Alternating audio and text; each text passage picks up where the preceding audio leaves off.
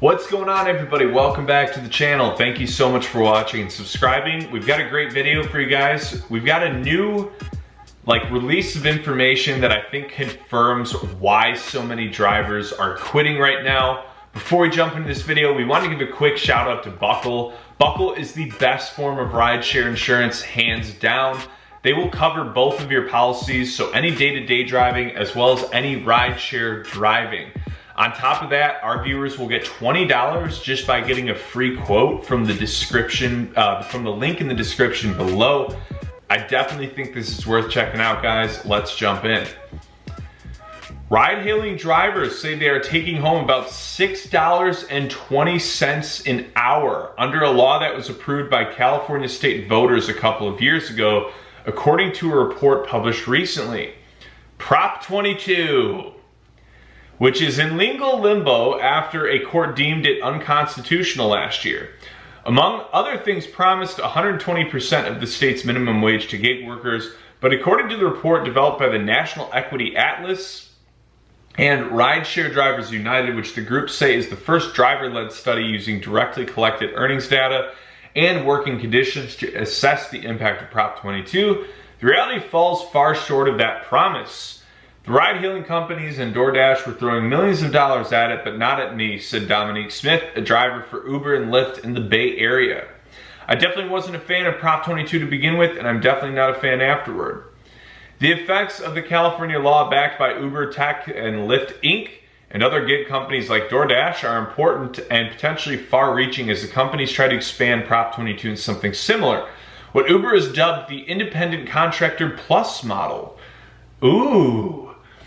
To other states and countries. In addition, the report cites Bureau of Labor Statistics data that showed in 2019, the number of U.S. adults who worked as a taxi driver or chauffeur for their primary job had tripled over the past decade, coinciding with the rise of Uber and Lyft.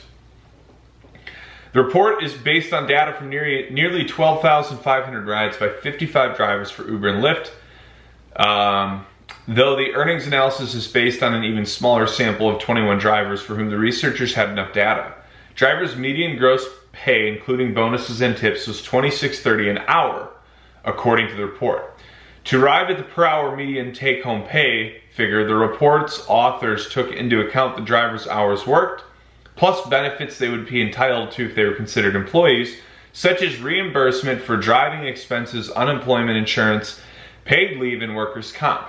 Because some, but not all, drivers are eligible for health insurance stipends under Prop 22, that was excluded from the calculation. Drivers are losing out on approximately $20.10 per hour because of Prop 22, the report's authors wrote. Uber and Lyft slammed the report and offered numbers from studies they backed. This is a flawed survey that is untethered to the experience of drivers in California, a Lyft spokeswoman said. With record low unemployment and more than 1 million unfilled traditional job openings in California, drivers wouldn't continue to choose this work if there was any truth to these findings. I disagree with that. I think a lot of them would, because I think a lot of drivers don't want to go find something new. So they'll suffer through it day after day after day in hopes that something will change. Lyft's own economic impact report finds that 92% of Lyft drivers support a policy proposal under which drivers would remain independent contractors and have some benefits but not in full employee benefits. I agree with that, but I mean, I think that the workaround for Lyft and Uber is that the qualifications for those some benefits would be absurd. An Uber spokeswoman also called this survey flawed and added, looking at the same dates in 2021 across the tens of thousands of drivers active on the platform, median gross earnings for Uber in California were over $30 an hour for all time spent online, significantly higher than what they claim. To my California drivers, are you making $30 an hour consistently? I would love to know that, because I am willing to bet so much money you're not making $30 an hour no matter when you're online. That's preposterous. I mean, I'm happy now if I have a shift that's $20 an hour and I'm really only going out to drive in times where I'm very confident I can hit that or higher. But to say it's consistent, no, never, not even close. Now, I'm not in California, but California is always the testing ground for the things they want to do nationwide. So anyways, very interesting. Let me know your guys' thoughts in the comments. Please like, share, comment, subscribe. Definitely check out Buckle. I promise you guys, this is a great alternative, if not the best alternative for rideshare insurance. You're gonna get $20 just for getting a free quote. Just make sure you use the link in the description below. So anyways, hope you guys enjoyed this.